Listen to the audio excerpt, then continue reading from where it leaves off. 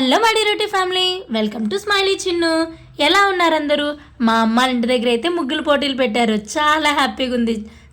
ప్రతి సంవత్సరం కూడా సంక్రాంతి ఈవెంట్స్ బాగా సెలబ్రేట్ చేస్తున్నారు.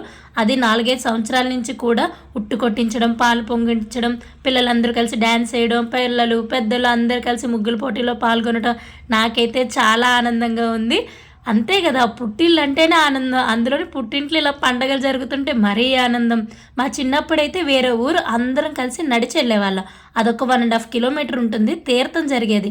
ప్రతి కనుమ రోజు కూడా సాయంత్రం ఊరంతా కలిసి నడుచుకొని వెళ్ళేవాళ్ళం సరదాగా. కానీ ఇప్పుడు చాలా రోజులైంది అలా నడిచి వెళ్ళి.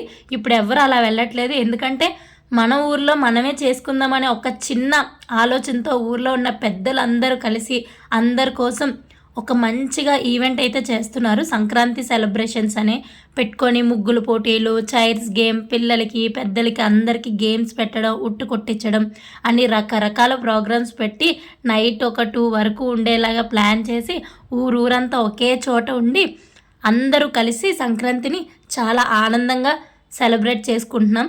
చాలా బాగుంటుంది కదా ఊర్లో అందరూ కలిసిమెలిసి ఉంటే. మీ ఊర్లోని ఇలాగే జరుగుతాయా? నాకైతే కామెంట్ చేయండి.